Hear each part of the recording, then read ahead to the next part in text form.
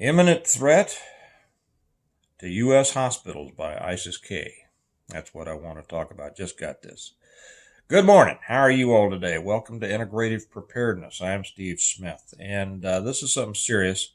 Not that everything we talk about is serious. Preparedness is serious business because we're planning, we're preparing for, when things go sideways. But this is something that I've kind of been expecting for some time, and it's something that I have wondered why we haven't seen this yet. If you've watched me for some time, you know that I have described a scenario by which I believe certain groups, and the T groups, the ones that I can't say on here, how they could cripple the country with attacks just on a number of smaller towns. Well, this was sent to me by my main guy in our group, a guy that I've known for years, very serious, very intelligent guy. He's still in the medical field, so he keeps up on this stuff.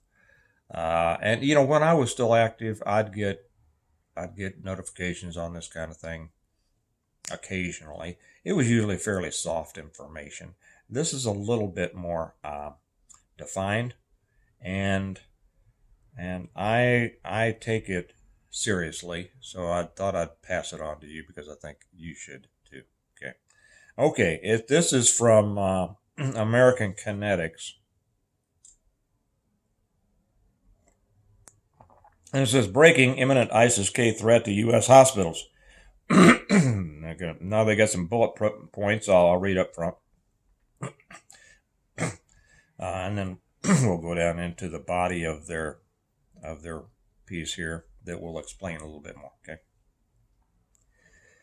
Highly credible threat. ISIS-K is actively planning coordinated multi-city terrorist attacks on U.S. hospitals in the coming weeks.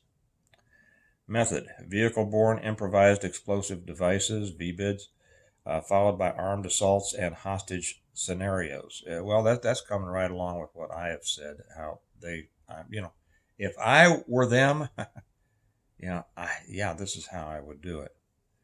Timing. Intelligence suggests these attacks must occur before Al-Qaeda's planned aviation DC attack, likely making hospitals a prelude to large-scale operation. High casualty risk. These hospitals are soft targets. That's the truth.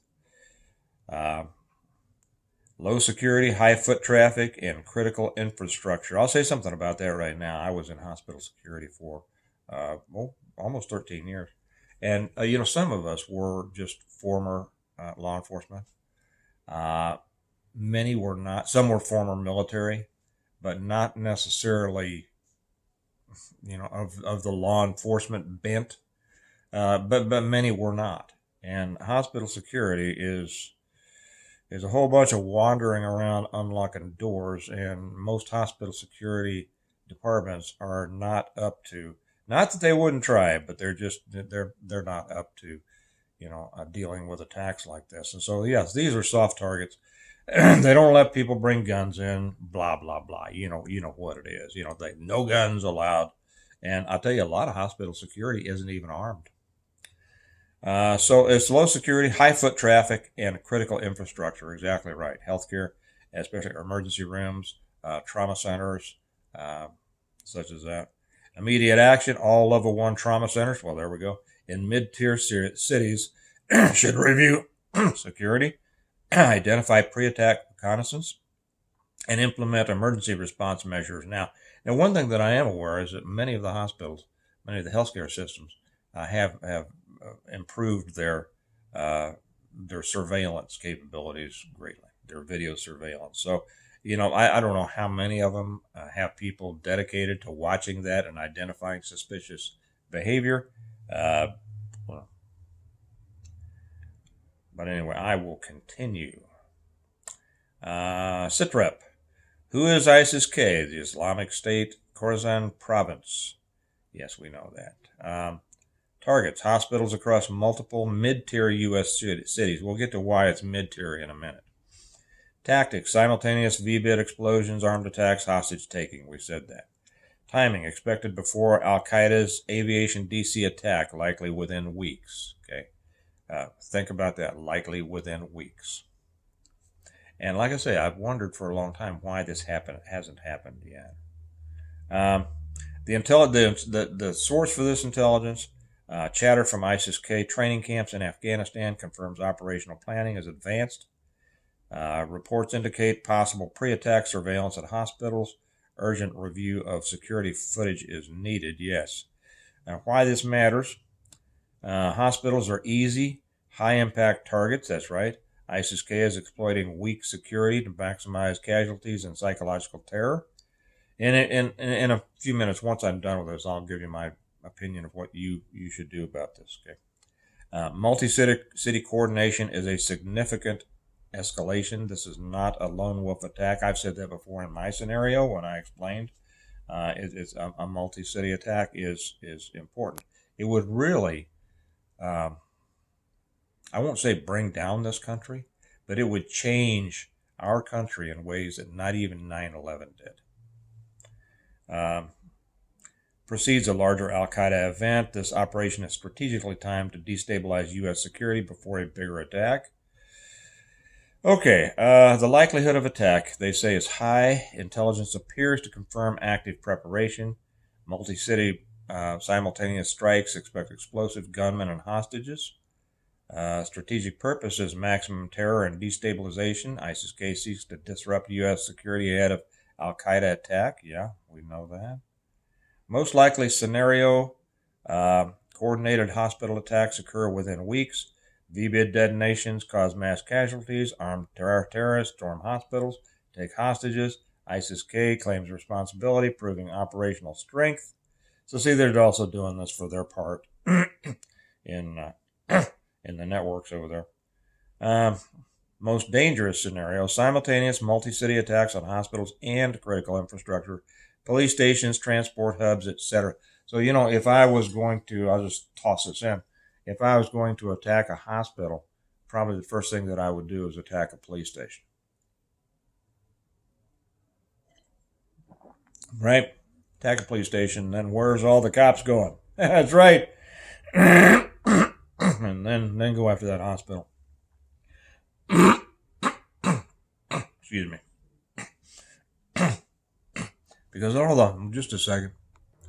Because then all the command staff's going to be standing around arguing about, well, how many people should we send to the hospital? We've got, blah, blah, blah. And we're talking about here also, and I think they get to this further into this.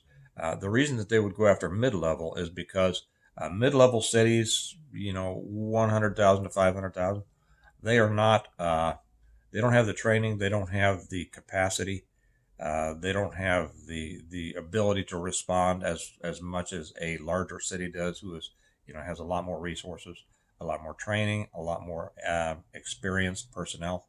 Okay, so that's why they're going after, I think it says down here, we'll get to it in a minute. Overwhelming emergency services, triggering nationwide panic, right?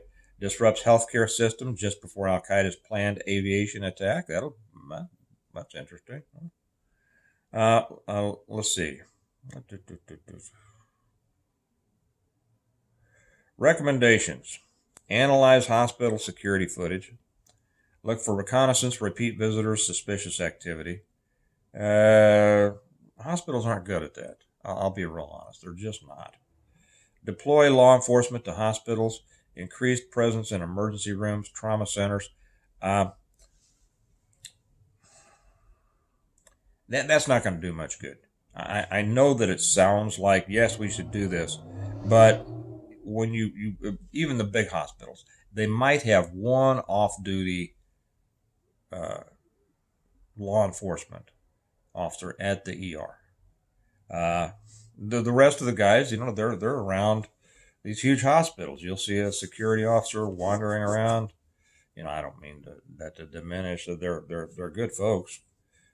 Most of them, but some of them aren't. I'll tell you, some of them are Barney Fifes, but they're dispersed all across this huge medical center. You might have one cop in the ER, and he's there to handle the drunks who come in on the ambulances. Okay, so one cop in an ER is not going to stop anybody.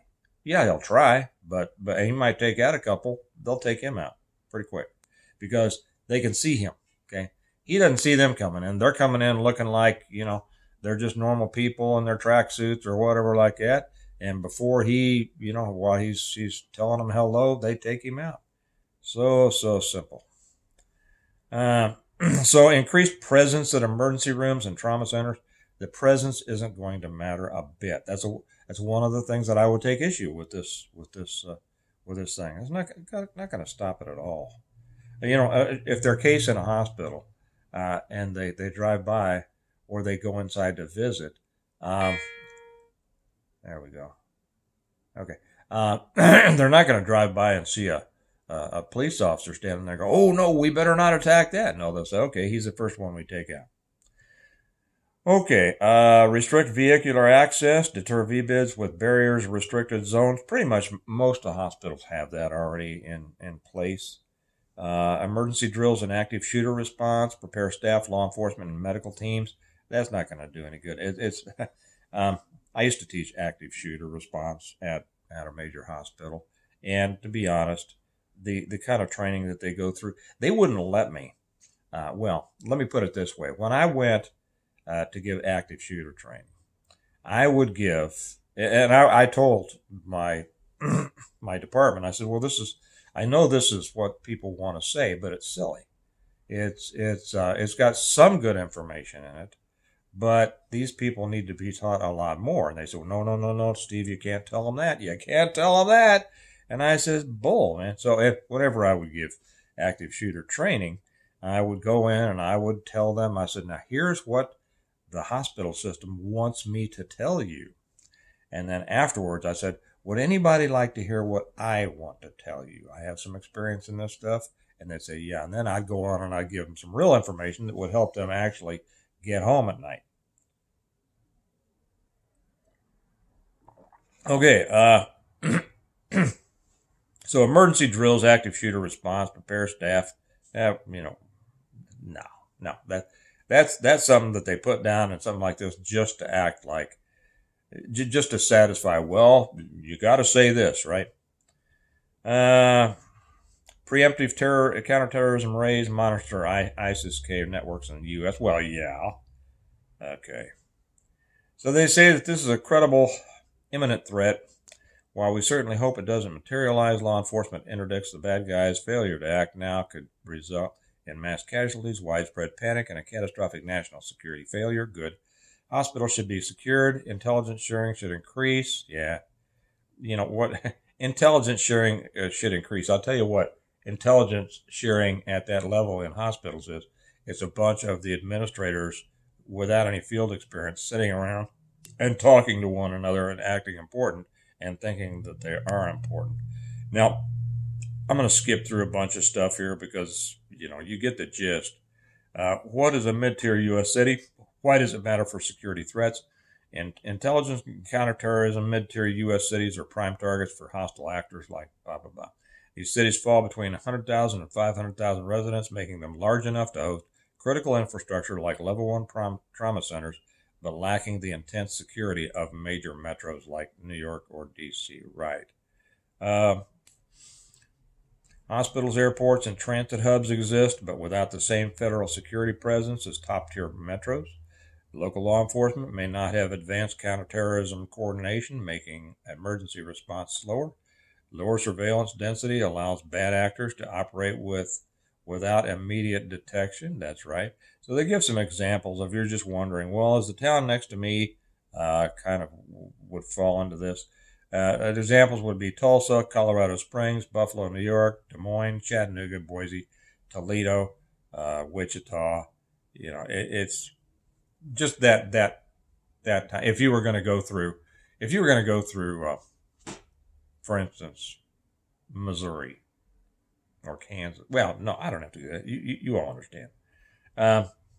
So hospitals and trauma centers make high casualty targets, low federal presence, delayed countermeasures, smaller airports with weaker security protocols, symbolic targets that strike fear nationwide but avoid immediate military reprisal. That's right.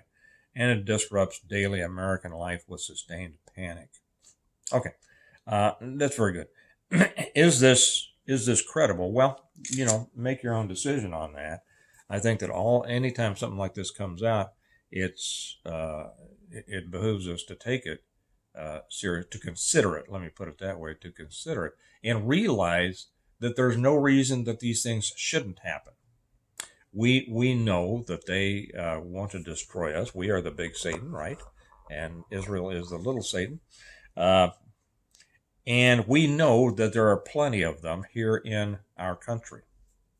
So why haven't they done these things before? You know, when I listen to intelligence people, listening to intelligence people is kind of like listening to, and I was in intelligence to a certain extent, and I used to tell this. Matter of fact, years ago, I was trying to talk a friend of mine out of going back into the military after 9/11, and he had done 15 years in special forces. 9/11 hits, he wants to go back in, right? And I said, I already saw what, writing on the wall. I said, this ain't right. This is not right. And I said, when I was in operations, I thought I knew the reasons for everything that we were doing. And then when I went up a notch, I realized that operations didn't always know. As a matter of fact, sometimes rarely knew the real reason for the things that they were being tasked to do. But now I did, right? Because now I'm on the level above. And then I went up another notch, and I discovered and realized something else, and that was not only did the operational level not understand everything that they were being tasked to do or why they were being tasked to do it, neither did the next level up, the intelligence. And I also realized that now I had no idea whether I now knew the actual reason or not, because there's no way to know how many layers are above you. Okay, so when you're dealing with intelligence information like this, you never know the reason that it's being developed. You never know the reason that it's being disseminated. You just never know. But this has the sound of something that, let me just say, it has the feel of something that could be something to be considered. I won't say be concerned about. You should always be concerned. You should always be ready. That's a better way to put it. Be ready for something like this. And like I say, I don't know why this hasn't happened before. There are plenty of them here. It's not that difficult. It would not be difficult at all. I think the last however many years has showed us how inept many of our federal law enforcement and intelligence agencies are, or if they're not inept, they certainly their attention is on the wrong things. And I don't put any stock in their ability to stop these things. When you hear that, you'll see something on the news. So and so they stopped somebody from carrying out an attack. Blah, blah, blah. How often is it some 22-year-old pimply-faced kid who lives in his mom's basement? That is hardly. I tell you, there are some bad folks here in our country. And I don't see any of them. Now, you're not going to see all of them. We don't see everything that happens. But it's interesting to me that every time they supposedly, intercept or interdict an attack, it's some piddly-ass punk that, it doesn't look like they would really pose a threat at all, right? I mean, and then look what they do with piddly-ass punks. Butler, Pennsylvania. Ring a bell? So yeah, I would say, don't let this ruin your life, but take it seriously. If you have to go, and this is pretty much always the case, but especially if we have information coming out, indicating that there might be attacks. Now, there could also be another reason for that. Let me put it this way. They could, and those of you guys who have been involved in intelligence, you know these things. They could let information leak out of Afghanistan to make it sound like something's going to happen, right? And then everybody's all running around all excited. And they say, look at all the resources that the Americans wasted because of us putting out this little information. Or it could be something that, well, the certain groups within our own government, they need to seem important again. Okay, and so they're putting this stuff out. You don't know, but it could happen, in my opinion. And if you have to go to a hospital, you're going to, okay, I'm not going to tell you to break the law here. So how should I put this? They will tell you you can't bring a gun in. Well, are you or are you not? I tell you, well, no, I can't say that either. I better not say that. Be aware. Be aware. If you don't have to go to the hospital, don't go to the hospital. But that's pretty much the case in all cases. But sometimes you have to, right? So just kind of keep this in mind. I think that this is it credible? Well, credible is a word that can cover, a broad spectrum. I'd say it's something to keep in mind, and we'll see what happens. In the event of an attack like this, our country would change. It would change drastically. You look how it changed after 9/11. Something like this country would become not just a war zone, but a police state, which is necessary if there's a homeland war. Okay, so be ready for that. If you'd like to know how to be ready for that, let me give you a suggestion. If you haven't read the Stonemont series, people say that this is the best series about preparedness and survival and rebuilding and being separate from the system. And I love it when they say that, and I won't disagree with them because I wrote them. And I wrote them in order to get out the message, in order to promote preparedness and survival lessons in a great story. It's the story of a family who, as a result of their preparedness, was able to not only continue to live well after a total collapse of everything, but help other people too, and then rebuild society. And people have told me that they have read through this series 5 times and are still learning, still finding things their 5th time through that they didn't see their first 4 times through. I'm missing one here. Oh yeah, I'm missing one because we ran out of one. But they are the Stonemont series: the reversion, the revival, the renewal, an appeal to heaven, the blessings of freedom, hostages to fortune, and the 4th one, which I don't have in my hand here, on wings like eagles. You can get them a couple of different ways. If you haven't read them, I would suggest this be the very next thing you do. It'll give you the entire roadmap on how to be the most prepared you can imagine, but it's all wrapped up in a story, in a great story. You'll love the characters. You'll fall in love with a couple of them. I talk about the horrible things. Yeah, I talk about violence and cannibalism and starvation and slavery and all that. But it's all wound up in a great story with great people that you will really like. And you won't even realize that you're learning because you'll enjoy the story so much. A couple of ways you can get them. The first way through Amazon. You've always been able to get them through Amazon. Amazon, the link's down below. You can get them in paperback or in Kindle or Audible. How about that? But if you want to get them from me, if you want the paperback, the hardback, the whatever, paperback, you can get them from me directly through our website, stonemont.us, and then I get to sign them for you. And I love doing that. I sign them for you, put a little note in there to you. And also through the website only, you can buy the whole set and get a nice discount because when we ship them like this, we save a lot on package and handling and postage and everything like that. So we pass that on to you. And then we also throw in the Stonemont notebook. And I love mine. I use mine all the time for notes and lists and things like that. And we throw that in for you too. So that link is down below, stonemont.us. And I really like it when you get them from me directly, because then I get to see who you are, your name and like where you live. I don't look at your house, but hey, people live in Nebraska, or they live in Maine, or they live in upstate New York, or California, Texas. Well, got a lot of Texas people. So do that. If you haven't read them, I think you'll like them. You'll learn a lot.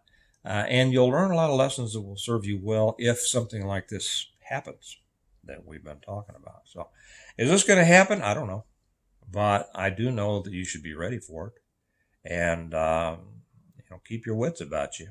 Because if it does, this whole country is going to change. This country would become almost unrecognizable. Okay, and so the window for preparing for that, if this is true, if it's coming, fairly soon, the window is shortening, and so find out, think about what do you need if we ended up being under attack in the homeland here, and the martial law that would ensue.